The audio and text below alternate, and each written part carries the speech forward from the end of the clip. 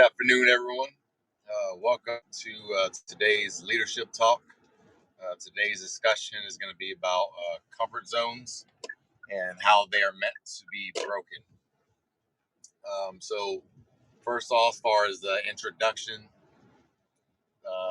when it comes to leadership, today's lesson can apply within your personal and also within the organizational construct. So, that means you can apply this to your life personally, and you can also apply this to your organization.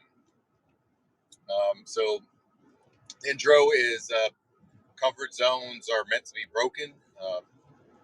What I define a comfort zone is a place where you are comfortable, a place where you don't really have to think about what you're doing or the actions that you're taking. They're pretty much second nature, right? So, comfort zone, right? Let's say if you're a very successful person, your comfort zone could be a good place to be in at the time. But if you stay there, you're going to stagnate and it's going to kill your growth, right? So, as far as moving on to the plot, once upon a time, back in, say, 1996, I grew up in East Atlanta, known as East Atlanta Village right now.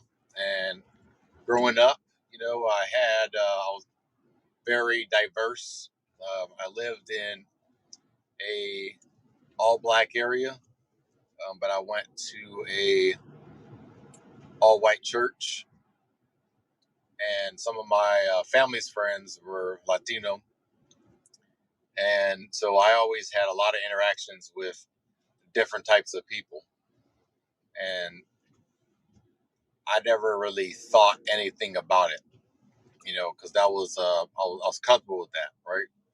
And when I would have people come around me, I guess the people I hung out with, that would make them uncomfortable based off, a lot of stereotypical, uh, I guess, realizing when it comes to growing up in the South, where I grew up, it was very stereotypical.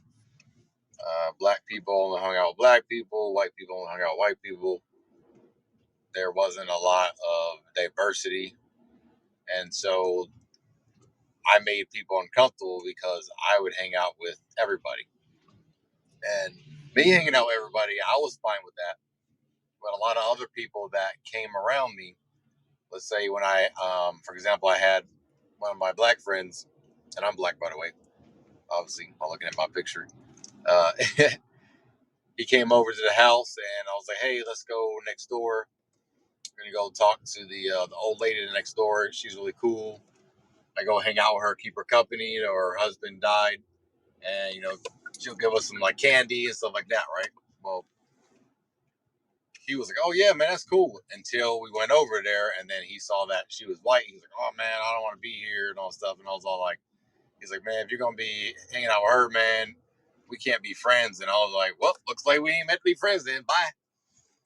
Because I'm not gonna waste time with people like that. And so, same thing, with a lot of some of my white friends. They would hang around me, and then some of the people that I used to hang around with, that would make them uncomfortable. And I know growing up, I started working at this oil change place, and one of the guys there, he was from Mexico, and so I started to talk to him, get to know him, and then so I started hanging out with bunch of Latinos, right? So I always knew that there was strength in diversity and being around people that are not like you. That's how you are constantly adjusting and adapting, and it makes you more resilient. So fast forward, 2004, I decided to join the Coast Guard and then go to boot camp. I go to my A school for being an operations specialist, which I deal with like radios, encryption, search and rescue, things like that, electronic warfare. and navigation.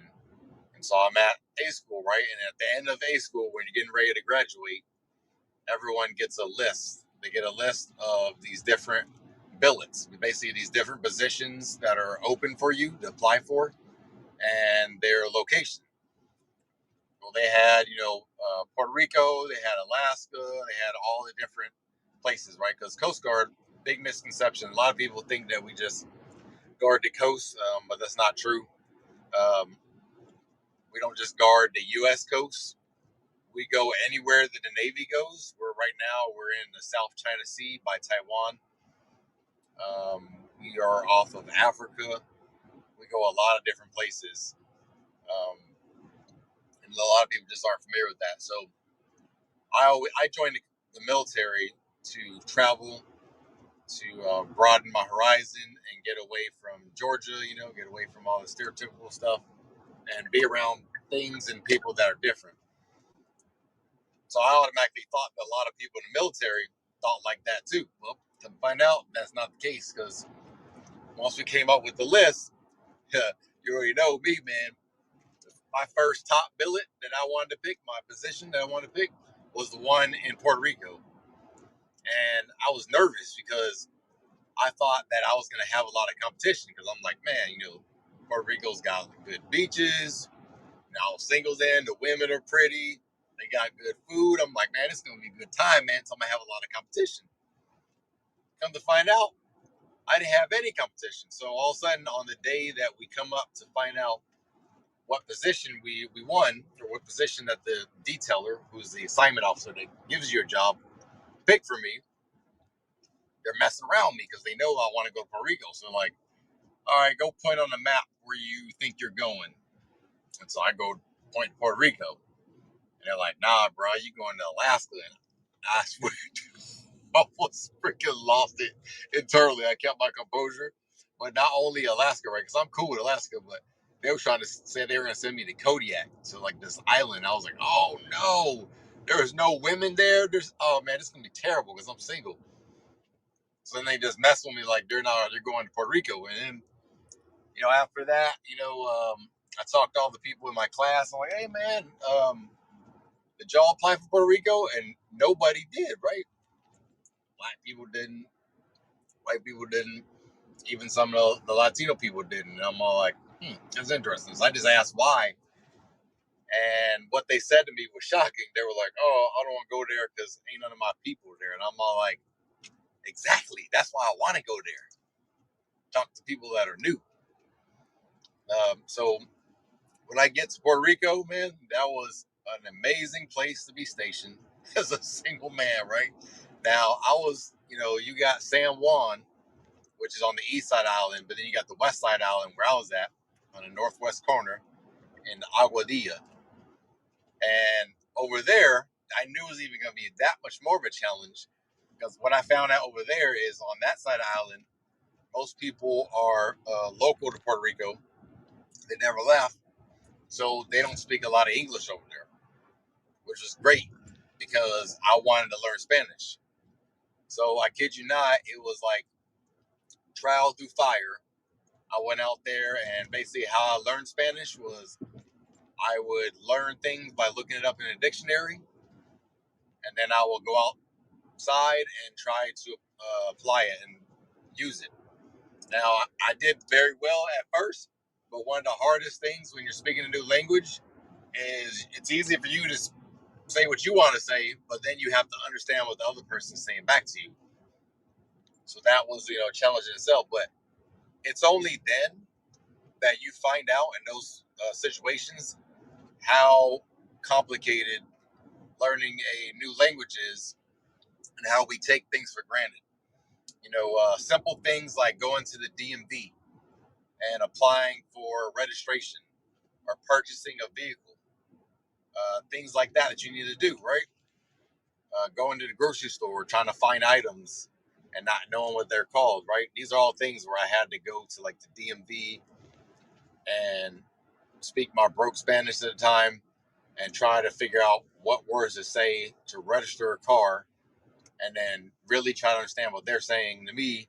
Then I have my dictionary and I would start looking it up as they say the words, I look for keywords that I knew, and I have to tell them like, oh, please be patient with me. Like, paciencia, por favor. I was like, está buscando palabras, right? The dictionary. And so I'm looking it up. And, I did that. I was able to, register my car. I bought a motorcycle there. That was interesting trying to figure out gallons compared to liters, because down there they do their gas in liters. So trying to figure that out.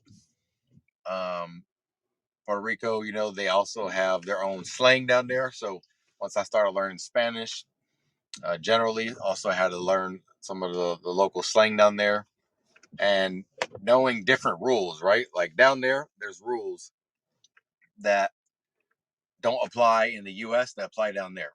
And here's something that's interesting, especially if you're a single man, you out there trying to get women, is out there, here in the US, if you see a girl that's free, it doesn't matter what the case is. Like if she like this is some other guy and push off the side, that's your chance. You got the opportunity to go for it. Down there, culturally, that would be disrespectful. So if you see a girl and another guy's talking to her, basically that girl's pretty much off limits. And if not, you will experience some drama, because just like a lot of different places, when you are a foreign down there and you're not a native, Americans typically have this attitude that we can just go places, do whatever the hell we want without consequence. And you do that same thing down there, and you're gonna get your ass tossed. So I always learn these things. How I learn these things and avoid these problems is I would ask questions like, "Hey, tell me about what I can do, what I can't do, what, etc." That's one on one when you're moving to a new place. Find out how things are done there, right? So that was the plot there. Now, as far as like the leadership lesson, right? Personally, is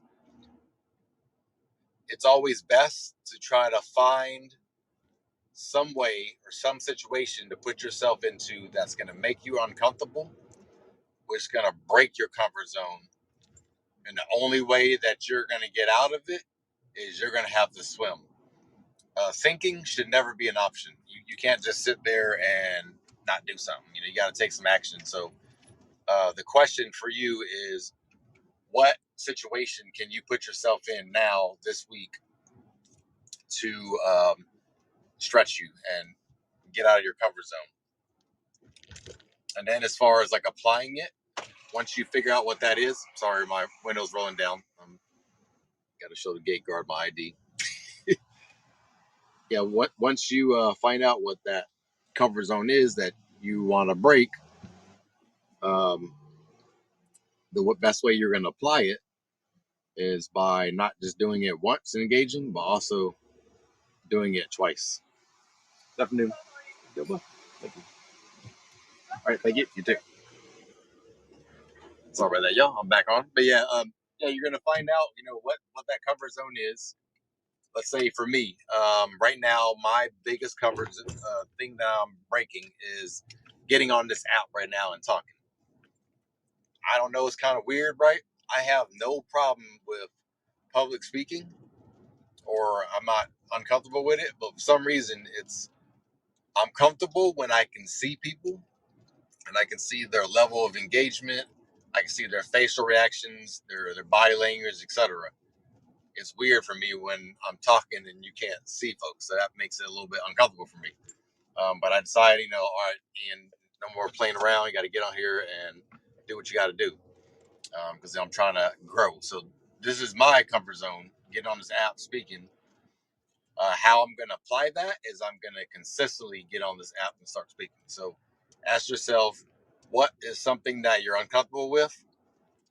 And write down one thing that you're going to do this week to break that comfort zone.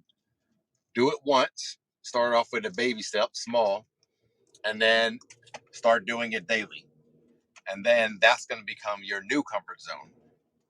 And then once you get settled there and you become successful at what that is, you're going to move on and keep applying it over and over again.